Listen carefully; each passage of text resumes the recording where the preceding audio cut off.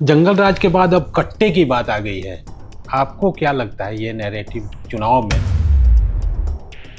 ललन सिंह कह रहे हैं कि अनंत सिंह जो उनके उम्मीदवार हैं उनको फंसाया जा रहा है। तो वहाँ खड़े थे, अंदर भी भिजवाते हैं, बाहर भी निकलवाते। हिम्मत देखिए कि आचार संहिता में भी ऐसा घटना हो रहा है, तो आम दिनों क्या होता होगा बिहार में, कल्पना करिए। आपको लगता है पॉलिटिकली फायदा होगा?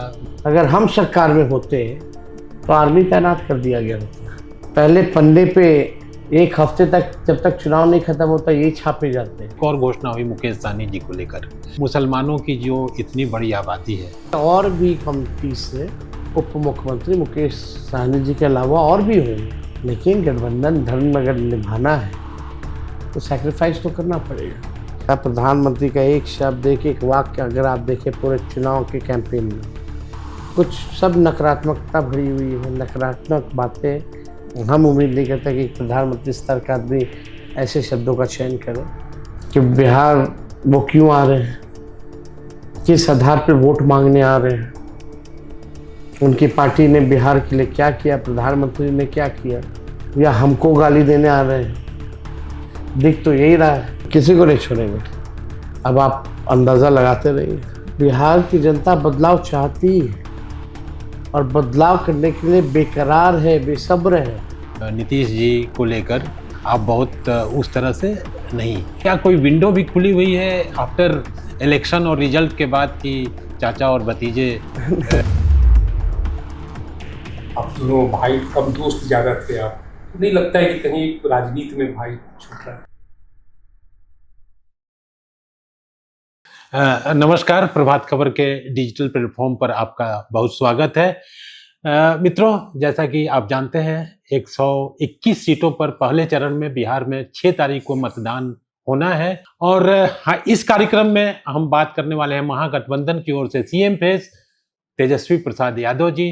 और इन्होंने आज 17 सभाएं की और वहां से लौटने के बाद हमारे साथ हमारे इस कार्यक्रम में इन्होंने समय निकाला है। हम इनका स्वागत करते हैं। हमारे साथ हैं हमारे सहयोगी मिथिलेश कुमार जी। तेजस्वी जी, पिछले 2020 के इलेक्शन में 18 जिलों का जो चुनाव होने वाला है इस बार, अभी 6 तारीख को, उसमें आपकी बढ़त थी 3-4 सीटों की। इस बार क्या लग रहा है आपको? देखिए, इस बार हमने पहले भी कहा है और कई बार हमने कहा है कि इस बार लोग बदलाव चाहते हैं। लोग देख रहे हैं कि कौन मुद्दे की बात कर रहा है, कौन नौकरी की बात कर रहा है, कौन कट्टे की बात कर रहा है। देखिए, जनता बिहार की परेशान हो चुकी है, ऊब चुकी है इस मौजूदा सरकार से। जी, बदलाव चाहती है और वो चाहती है कि गाड़ी उनका आगे बढ़े। अब आर्थिक न्याय का दौर है, लोग आर्थिक न्याय चाहते हैं। लगातार एनडीए के राज में जो है महंगाई चरम पर, भ्रष्टाचार, थाना ब्लॉक चले जाइए, बिना घूस दिए कोई काम नहीं होता, ये स्थिति बनी हुई है जी। एनसीआरबी का आंकड़ा देख ले, 2023 का लेटेस्ट जो आया है, टॉप 2 स्टेट में बिहार है, आफ्टर यूपी बिहारी है। और जो अभी तांडव हुआ वो सब लोगों ने देखा। तो लोग जो है नौकरी चाहते हैं, लोग बिहार में फैक्ट्रियां चाहते हैं, कारखाने चाहते हैं, उद्योग चाहते हैं। तो आपने जिस तांडव की बात की रेफरेंस के रूप में, ये मैं बताऊं अपने दर्शकों के लिए कि मोकामा में जो घटना घटी उसके बारे में तेजस्वी जी का इशारा है। तो क्या घटनाएं, वैसे कई घटनाएं जी, तो हिम्मत देखिए कि आचार संहिता में भी ऐसा घटना हो रहा है, तो आम दिनों क्या होता होगा बिहार में, कल्पना करिए। ये मेरा मोटिव है कहने। ललन सिंह कह रहे हैं कि इस घटना के में कोई राजनीतिक साजिश है और अनंत सिंह जो उनके उम्मीदवार हैं उनको फंसाया जा रहा है। आपको क्या लगता है? वो खड़े थे क्या वहां? घटना जहां हुई वहां खड़े थे। कुछ भी कहना, उनके उम्मीदवार अंदर भी भिजवाते हैं, बाहर भी निकलवाते हैं, ये तो काम है उनका। आपको लगता है पॉलिटिकली फायदा होगा, मतलब आरजेडी को खास तौर से? It's give a bad impression of Bihar. हमारे फायदे नुकसान से छोड़ो, बिहार को तो नुकसान हो रहा ना, बिहार की छवि का तो नुकसान हो रहा है। ये जो इंप्रेशन जो जा रहा है जी, चाहे एडमिनिस्ट्रेशन का, चाहे जो घटना हुई, या the role of election commission if you see, अगर सेम चीज अगर हम सरकार में होते और ये घटना हुई होती तो आर्मी तैनात कर दिया गया होता। पहले पन्ने पे एक हफ्ते तक, जब तक चुनाव नहीं खत्म होता, ये छापे जाते हैं आप ऐसा कैसे और मीडिया में खास तौर पे यही दिखाए जाते हैं। ये कोई मामूली घटना नहीं है।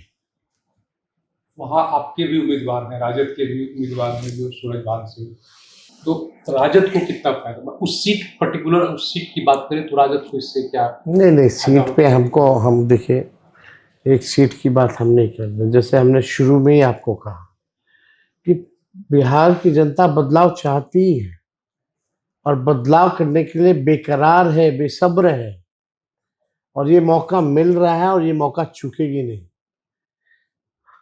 हम लोग इस बार क्लियर मेजॉरिटी के साथ महागठबंधन सरकार बना रही है।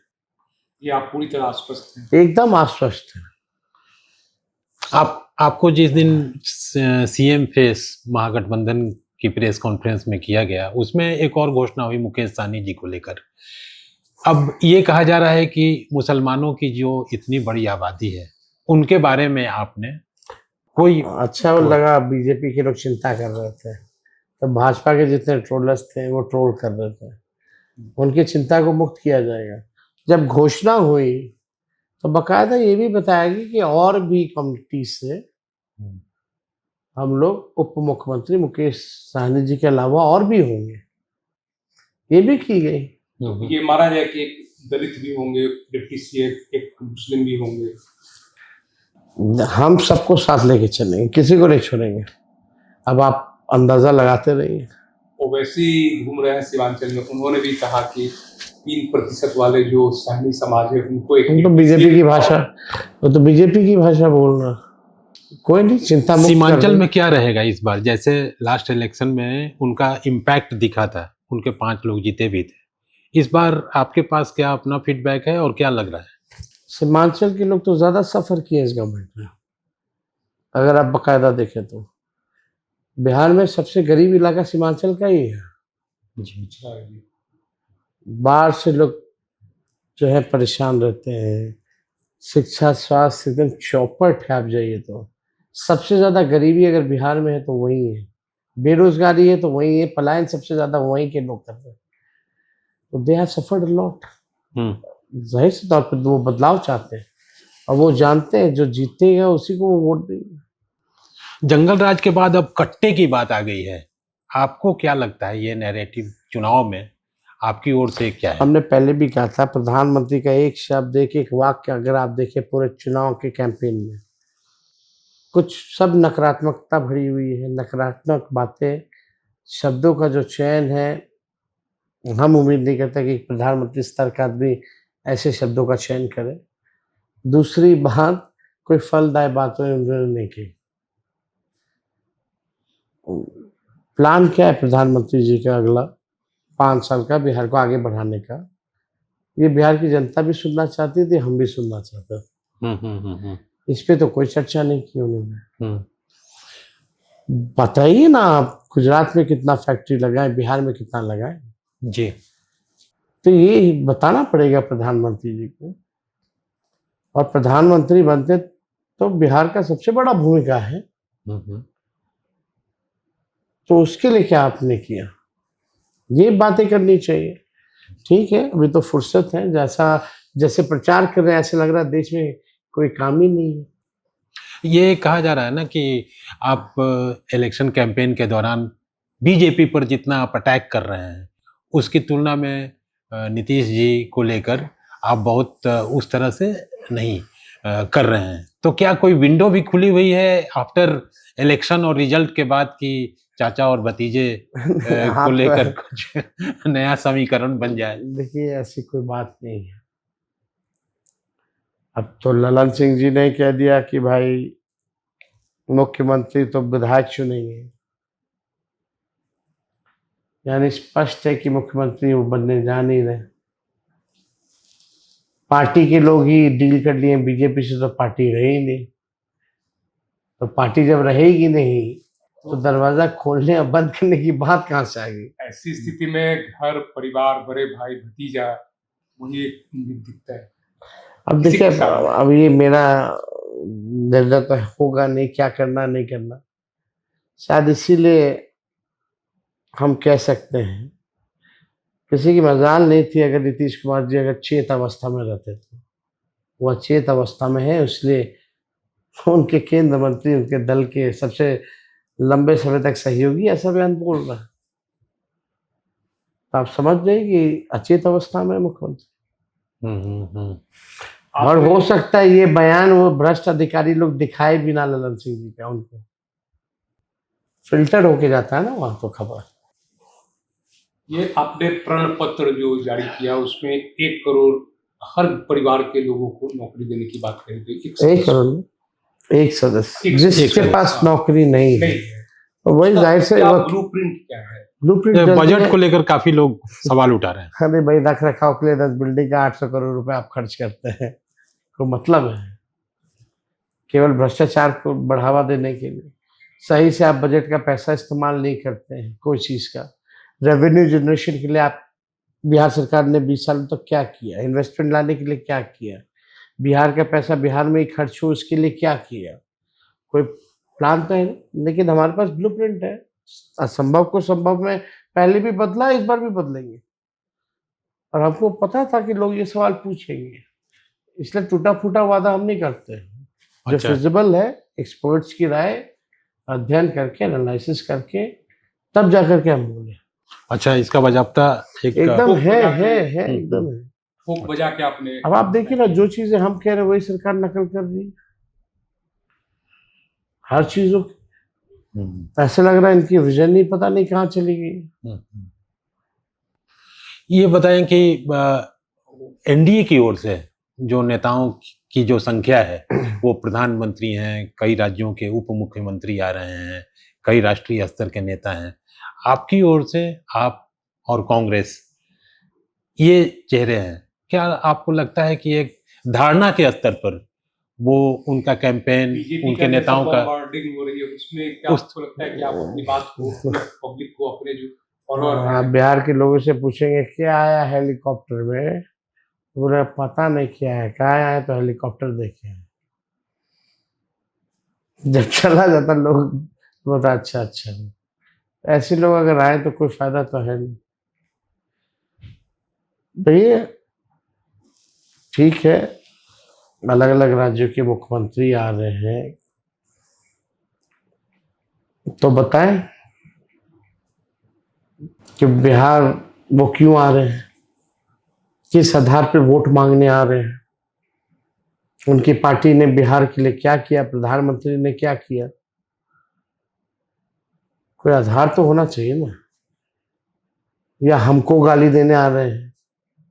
दिख तो यही रहा है कि लालू जी को गाली देने आ रहे और तेजस्वी को गाली देने आ रहे, और तो कोई बात है नहीं, कोई नई बात तो करने आ नहीं रहे, तो उससे कोई फर्क पड़ने वाला नहीं है। अब बीजेपी के नेताओं हो या मुख्यमंत्री हो या कार्यकर्ता हो, उससे हम अपेक्षा उम्मीद क्या कर सकते हैं जी। और बिहार को क्या नया देने आ रहे हैं ये भी जरा बताएं। कोई बात नहीं इसमें। आपने निश्चित रूप से टिकट अच्छे उम्मीदवार का चयन करके दिया होगा, लेकिन हम लोग देख रहे हैं कि जो पहले चुनाव टिकट बंटने से पहले ये एक सर्कुलर 10 सर्कुलर रोड पे जो लालू जी का आवास है, बाहर बड़ी भीड़ थी टिकटार्थियों की। तो क्या वो जो जिनको टिकट नहीं मिला वो क्या पार्टी के लिए कोई that's the beauty of democracy. सबको अधिकार है टिकट मांगने, लेकिन 11 सीटों पर महागठबंधन आपस में ही लड़ रहा है, तो इसका तो एक नुकसान। कुछ फ्रेंडली सीटें जो है हमारी और कांग्रेस की, वो हम लोगों का स्ट्रैटेजिकली फाइट। कोई इट डजंट मैटर मच। अच्छा। और कई जगह ऐसा भी हुआ है जहां हम लोग पोजीशन भी देख रहे हैं, कोई मजबूत है तो बैक भी हो रहा है, समर्थन भी दे रहा है। लालगंज ही देख लीजिए एज एन एग्जाम्पल। जी। कांग्रेस के प्रत्याशी थे, पीछे हटे। तो ऐसा भी चल रहा है। गौराम में आपको अपने कैंडिडेट को निकालना पड़ा, पार्टी को निकालना पड़ा। देखिए, इस पार्टी ने जब निर्णय लिया है तो उस पर अमल करना चाहिए। अगर उसका कोई उल्लंघन करेगा तो पार्टी तो एक्शन लेगी। और टिकट भी तो पार्टी ही नहीं दिया था, पिछली बार भी और इस बार भी भरोसा जताया था। लेकिन गठबंधन धर्म अगर निभाना है तो सैक्रिफाइस तो करना पड़ेगा। अगर कोई इस पार्टी की बात को नहीं मान रहा तो पार्टी तो एक्शन लेगी।